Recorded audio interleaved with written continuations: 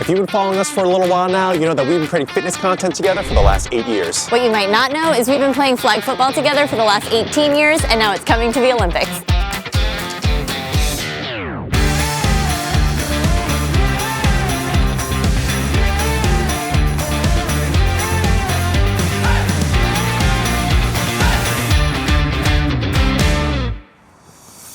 All right, so there are two pathways to get to the national team. There's an expedited path and then there's sort of a longer term path. Now, regardless of which path we take, the first things that we need to do is fill out a player card, a general interest form, as well as a highlight reel that we need to put together. So these are sort of the preliminary things that we need to take care of in order to just tell the US national team that we are even interested in the first place, right? Now, beyond the interest form, the player card, as well as the highlight reel, there's a combine that Lauren needs to go through of different drills, different endurance skills, different sprinting skills, different strength skills, all put together. Now, the expedited path that I was talking about before is they're going to take the top, let's say 48 people. That's what it was last year. They're going to take the top 48 people from this combine and invite them to an in-person combine at the US National Training Center in Charlotte. And so from there, they're gonna do an in-person testing experience, as well as go through positional skills and all sorts of different drills to kind of see the players in action. And then from that point on, they're actually gonna take the top 18 from that field and then move them forward in their sort of evaluation process. So that is the most like direct route and expedited route, I would say. If, let's say, we are not in the top 48 and not invited to this sort of in-person combine experience, then we have to take what's more of a longer term route where Lauren's gonna have to enter tournaments, put together her own 5-on-5 team, and just be present, show up to these tournaments, hopefully play really well, hopefully her team plays really well. And at these sanctioned tournaments that USA Football is gonna be putting on, there's gonna be scouts, there's gonna be coaches, but it's a little bit of almost a serendipitous thing because Lauren's team will have to do well. Scouts are gonna have to be sort of watching while Lauren makes a play. So there's a lot of variables at play with this sort of longer term route.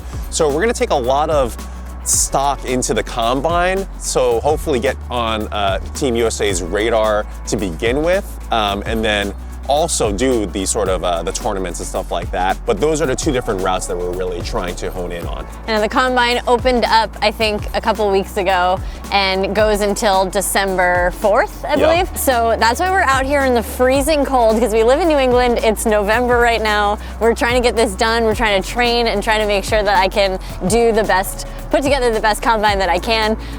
A lot of the top players are coming from Arizona, Texas, Miami, warm weather states. So we're gonna be practicing out here in the cold and it's gonna be 30 degrees. It's gonna be snowing in a few weeks probably. So we're gonna have to be practicing it through it all, but we're excited. Today is just about me learning like the specifics of what is gonna be required. I know like the basics of what's gonna be required, but you've been reading through all the details. So going through that and we'll give you a little behind the scenes look. Yeah. All right, so the first drill is gonna be a stick overhead squat. So the camera is gonna be positioned diagonally, somewhere off to the side like this.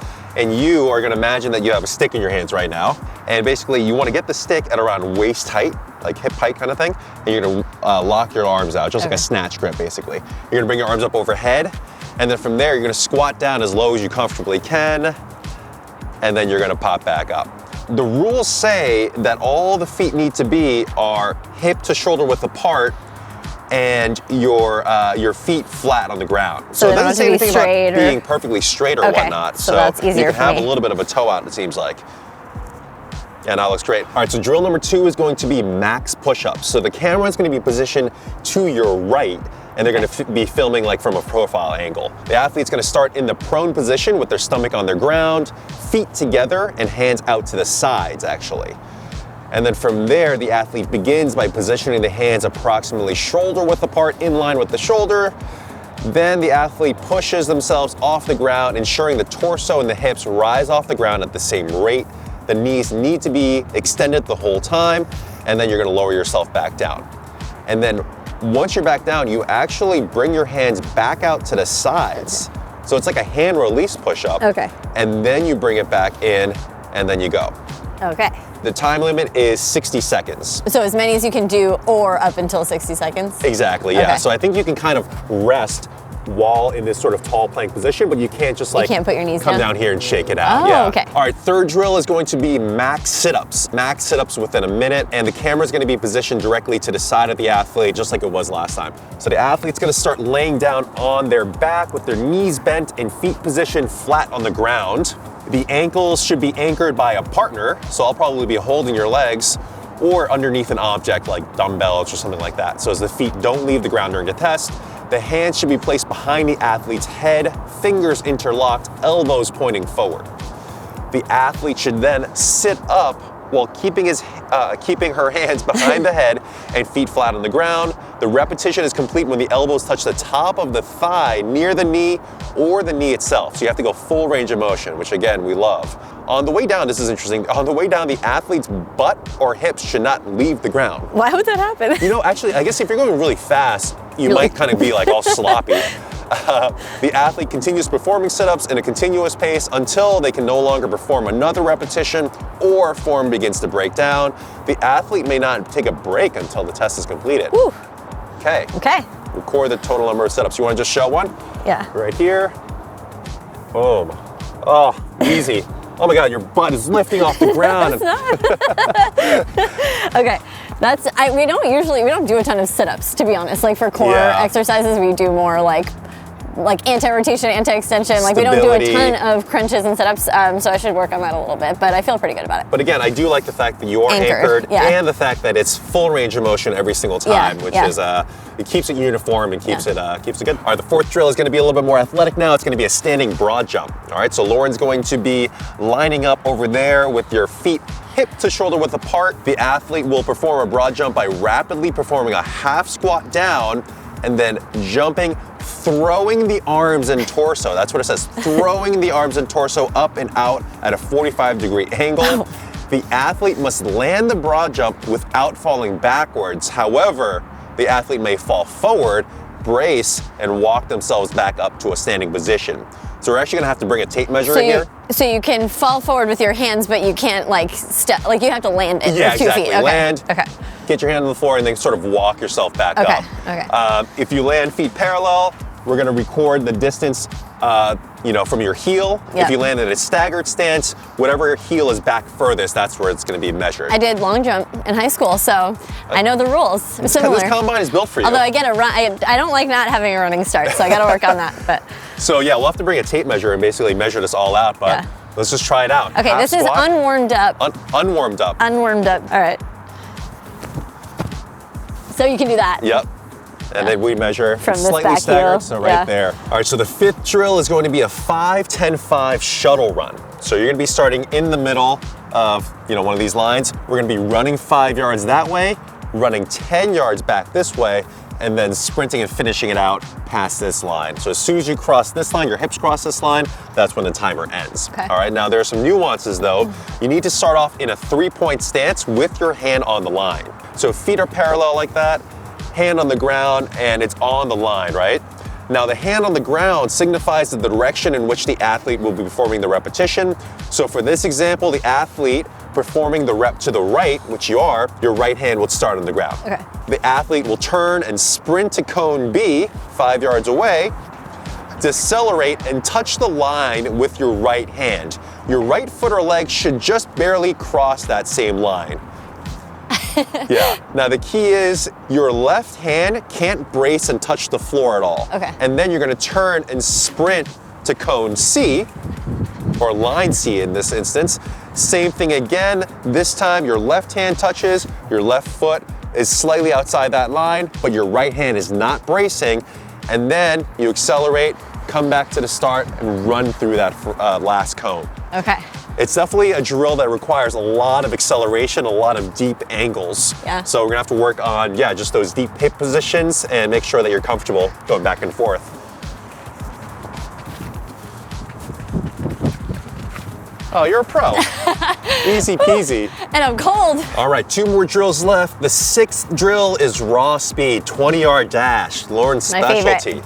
So you're gonna be, let's just pretend you're gonna be on that line there. Okay. You start in a 3-point stance, and whichever hand preference you wanna do, you can start with your left hand or right hand down, And it whichever can one you want. be one leg back, right? Not like this. Okay. Exactly, It's like, one that leg would back. be so weird. Okay. And all we're gonna do is position a cone or a line 20 yards away, you're just gonna run as fast as you can to that line in a straight line.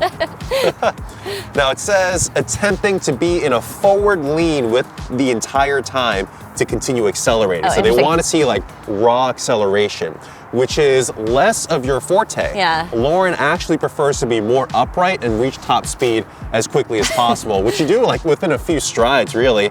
But I feel like a lot of our training moving forward is going to be how can we get your torso to lean forward? How can you accelerate from that position? So there's going to be all sorts of drills that we're going to do to improve acceleration. But either way, speed, raw speed is one of your primary strengths. So I think this drill is going to be great for you. I know, I a little bit wish it was a 40 instead of a 20 because I feel like my top speed is a little better than my starting speed. But, yeah, exactly. But it's actually a good challenge to make me work on that, my like weaker side of my sprinting speed. Actually, how were your track days when you worked off of blocks? Were you Oh, like... I was so bad at the blocks. Okay. I would be like behind everyone, and then the second half of the race, it was when I would like take off. You would take off right after 20 yards running. Damn it. Shoot. Yeah. We'll work on it. We'll work on it. Yeah. All right, so the 7th drill is going to be a 60-yard shuttle. So kind of an endurance one for this one. Yeah. But basically what we're gonna do is set up cones 5 yards apart. So we're gonna have cone A right here. Cone B is gonna be 5 yards away. Cone C is gonna be another 5 yards away, so 10 yards. And then cone D is gonna be 15 yards away. And so what Lauren's gonna be doing is she's gonna be running 5 yards from cone A to cone B, and then running back. And then she's gonna run 10 yards all the way to cone C, and then run 10 yards back, and then run 15 yards to cone D, and then run 15 yards back. All right, so this is gonna be all in one shot as quickly as possible. It's kind of an extension of the 5-10-5 drill because you're gonna start in a 3-point stance, you're gonna run, tap the line, come back, tap this line, going back and forth like that. Does it matter what hand you're tapping the lines with on this one? Does it say? This one, it does not say, but I think it would But it's one hand? you. Yeah, I think it makes the most sense to have the same hands Yeah. over and over, Yeah. obviously. Yeah. You're not gonna be like pivoting, No, turning. no. But I Do a don't know. little It was salsa. the other one was so specific. I was like, so I just don't want to have to think about it. So Yeah, it's whatever yeah. hand would naturally hit the Yeah, line. yeah. Okay, cool. But yeah, a lot of acceleration, a lot of top end speed as well. So I think this is gonna be a good one for you as well, as long as we get all like the little nitty gritty nuances down, but Yeah. it's pretty straightforward. All right, so I feel like I have a better sense of what is going to be required of me for the combine, what I need to work on, what skills I'm going to practice before we actually get into really doing it. Yeah, so we're gonna just document this entire journey. So we're gonna document our training practices, our practice sessions, games, tournaments, travel tournaments. Like we're gonna document this entire process. And so if you are into football, flag football, if you're into fitness, you've come to the right place in terms of a channel because that's the type of content we're going to be utilizing moving forward. So lots of different like flag football tutorials, tips and tricks videos, in addition to mobility, functional strength training, all that sort of stuff that goes hand in hand with Lauren's training process. We're going to tie into this whole theme. So if you're into that sort of thing, then please subscribe to our channel. Yeah, let's do this.